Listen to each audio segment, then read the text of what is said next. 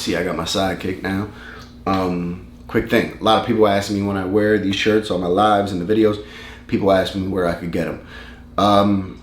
So there's a brother that I did an interview with called Big Dog Banks. He's a up and coming musician out of Kensington area. I got this from him.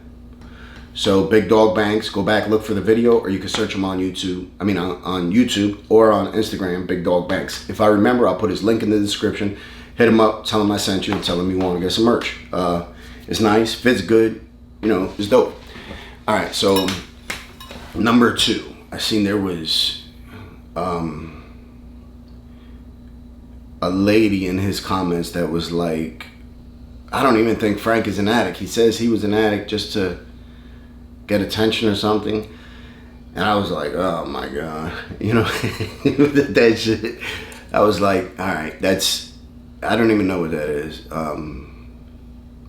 Listen, addiction is, anybody that's ever had to deal with this, whether personally, secondhandly, we had a friend, family member that was in addiction. Addiction ain't nothing to play with. There's nothing funny about it.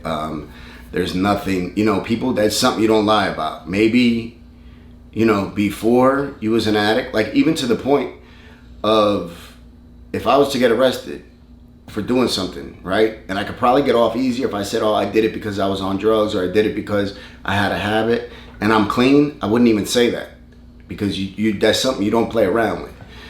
Unfortunately, yes, I am an addict. I'm able to put some clean time together. I'm able to have 5 years, you know, that I just put together, you know, a couple days after my birthday. So yeah, I'm always going to be an addict. I just don't have to be an active addict, right? And that goes with all of us. But listen, if y'all know the signs, y'all can look at them and see them prevalent in my videos. I'm a workaholic. I care too much sometimes. You know what I'm saying? So there's still addictive traits present in my life. It just doesn't revolve around drugs, I guess. Yeah, so I was definitely an addict. Opiates was my choice of drugs. I used an opiate for the first time in 2004. My mother was killed. I had to identify her body. And that night, it was January 2nd, 2004. That night, I tried to go to sleep, right? And I couldn't go to sleep. My emotions was worked up. So, you know, got up, didn't think nothing of it. The second night, tried to go to sleep, couldn't go to sleep. Every time I would lay down, it would, you know, it was silent. So it reminded me of going into that coroner's office or down there in that basement of the hospital. And it was so quiet, you could hear a pin drop when we were in there. That's, the silence is what got me at night. Maybe that's why now, like, I have to always have something playing as a distraction, whether it's the TV, something. I don't like silence that much, in that sense. And after that, I started using Percocets first, and, you know, normal transition, other opiates, other pills, shooting dope.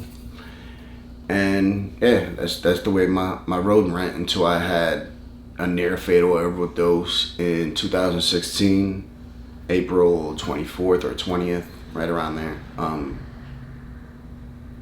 Almost died just because of a relapse. I wasn't even in active addiction.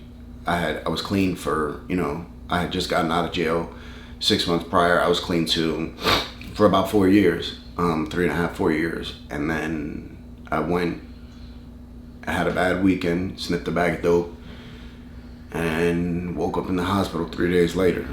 Lucky to be alive. My son, Major, and my wife, Rachel, saved my life.